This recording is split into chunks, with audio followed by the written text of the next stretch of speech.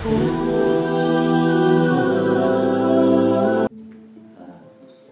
هم سوال داده است هم جوابش هم گفته است. جوابش هم خودش گفته است که مقصد این کار مدرسه. مسئله زن گرفتن در همه جا برادر عزیز در اکثر همین شهرها ما توصیه میتیم که از همون مردم خودمون زن بگیریم. الحمدلله در تاجیکستان دختر خیلی زیاد است، زنها خیلی زیاد هستند. قریب 10 سال پیش استاتیستیکا را ما دیده بودیم که 40 و 60 40% مرد 60% زن. از همون خودمون چقدر زیاد است از همون بگیریم. برای از اینجا گرفتن خوف خطرهای زیاد دارد. یکم که اینا در همین مکتوب خون وقتی که او رعایت لباس اسلامی را نداشته باشد او شوهر او را دیوس گفته می شود. دیوس کی است؟ من لا یغار علی اهلی، کسی بر اهلش غیرت ندارد. و پیامبر صلی الله علیه و آله گفت که دیوس لا یدخل الجنه ولو کان معه الصلاة و صوم. دیوس داخل جنت نمیشه اگر چندی هر چقدر نماز و روزه هم که داشته باشد. یکم دوم که از او فرزند تولد می شود، پسر تولد می شود، دختر تولد می شود، شما اندیشه کنید که همون دختر پسر شما کی می شود. سومش همین که وقتی که زن گرفتید در قانون اسلام حق زن حق مرد خدا بیان کرده است که الرجال قوامون علی النساء. مردها در خاندان قوام هستند، رئیس هستند، فرمانده هستند در خانه بر بالای زنها. این چیز رعایت در اینجا نمی شود. دیگر همین که نکاحش کردم میگه مسلمانش کردم و بعد او طرفش چی فقط مسلمان شویش فقط هم وقتی نکاح کنی خلاص او طرفش چی میشه دیگر؟ او طرفش با زندگیش رفتن میگیره، با سیگاریت کشیدن میگیره، با جاش افتن در یکان ریونکای عرق دیگر را بزنه. دختر پسر چی میشود؟ با جای خلوت بیای یکان با آدم دیگر نقض بینه، با کل دیگر کنه. این چی است که با مسلمانی ما و شما هیچ طوری نمیگیرد، راست نمیگیرد. برای از همون دخترای مسلمان خوبی هم در حسن، هم در جمال، هم در مثلا مسلمانی همه بهترین همون دخترای مردم خودمون همون تاجیکستان از همونجا بگیریم. برادر سوال دارم. سوال‌های هستند که در اسلام یا قرآن جوابشون نباشد، یعنی سوال‌های معنی‌گردیده قدم‌های هم. مثلا میگویم که تمام موجودات عالم را خداوند آفریده است که البته درست است، شبهه‌ای نیست. پس خود او را که آفریده است؟ یا اینکه میگویند که او بود، هست و میماند. این را چه خیلی فهمید؟ الله را چه طور تصور کردن، شناختن و درک کردن ممکن است؟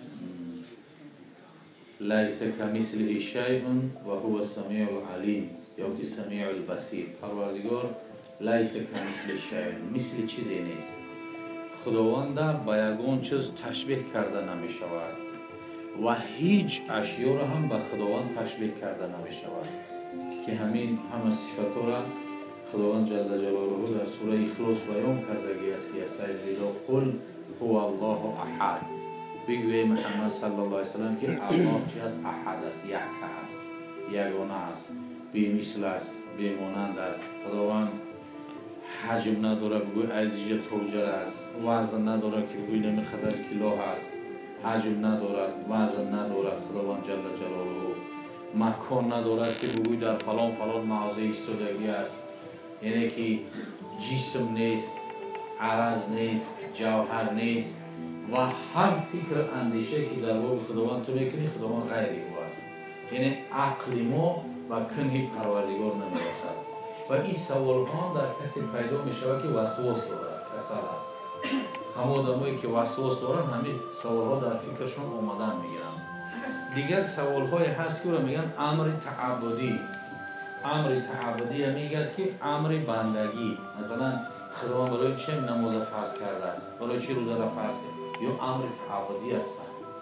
وقتی خداوند امر کرد ما بنده که هستیم باید او را به جا بیاریم. از بعضی سوال ها حتی خداوند پیامبر صلی الله علیه و سلم پیامبر را منع کرده است که سوال نکنید چیزی که نمیدونید. در این باب باید که احتیاط داشته باشیم. در مسئله عقیده هر چقدر در عقیده انسان بسیار فرو برود همون قدر وسواس وسواس زیاد می شود، گناهکار می شود. وقتی وسواس زیاد شد، شیطان در فکرش می داره، فکرش پریشان می کنه. برادران عزیز، در این مذهب ما و شما ما اعتقاد مبنی خداوند هیچ وقت مکان معین نمیگذاریم. نمیگیم که خداوند در عرش است، بلکه در نگاه مذهب خودمان الله مکان ندارد. این اعتقاد مذهب خودمان بر همین مدارد و در این هم چندین دلیل وجود هست. خب ولی در مسئله اکو اثبات خداوند که الله مهربان مقصد آیا او را دیده می شود، آیا او را چکل بفهمیم هست، اینها برادرای عزیز همون دوره های حضرت امام ابو حنیفه هم یک آدم ملحد، یک آدم از خدا بیخبر آمد از ابو حنیفه همین سوال کرد. گفت انا خداوند تو دیدگی؟ گفت نه. گفت خدای تو بوی داره؟ گفت نه. گفت انا مقصد خپیدش میشد؟ گفت نه نمیشد. گفت میشنود؟ گفت تو شنواست نه با گوش. گفتی خدای را که نبینی، نشنوی، بوی او را مثال استشمار نکنی، چیش اینا تو بندگی میکنی؟ بعد ابو حنیفه جواب عجیبش گفت که اما عقلی که تو داری عقل قبیلگی؟ گفت نه ندیدم. گفت قبیلگی است که عقل تا؟ گفت نه. عقل تا بوش نمیخوانی؟ گفت نه. گفت عقل داری؟ نه. گفت داری. گفت همه عقل در بجای یک عقل که گفت مخلوق خدا تو را دیده نمیتانی. ما یک خدایی که گفت که حضرت لیس کمثله شیء نیست مانند او را ما از کجا دیده میتانیم؟ او خودش گفته است که لا تدرک الابصار و هو یدرک الابصار. چشمای شما مرا نمیبینند که چشمی من همه شما را میبینم. برای همین برادرای عزیز و گرامی این مسئله یا عجیب یک مثال میارد. میگه یک کاسه شیر را گرفت و گفت که در داخل همین شیر روغن هست، یا مسکه میگیم بود روغن هست. گفت آه هست. گفت در کجا شد؟ در بین شد، در اطراف شد؟ گفت در همه جا شد. یعنی او جای معین ندارد. وقتی یک روغن او جای معین ندارد، خداوند جای معین دارد. اخیر از روی سوال ها ورد اکو دلیل های آیت حدیث ها گوش نمیکرد. او در سوال ها همیتا جواب ها در کن. میگه یک مرد با زنش آمد. گفت که اگر تو اثبات کنی که خداوند چی مقدار درازی دارد، چی مقدار پهمی دارد، من ایمان میارم. خیلی او را با آیت حدیث نمیشود. شیخ سعدی میگه آن کس که با قرآن و خبر زو نرهی، آنش جوابش که جوابش ندهی. کسی را با قرآن حدیث نشید بهترین جواب میگه که خب کن ولی گوش نمیکنم. بعد گفت که همون زنه که گفت همین مرد شوهر ده گفت دوستش میداری؟ او دوستش میدارم. گفت همین دوستی که تو محبتی که تو داری چند قدرازه چند قد پهمه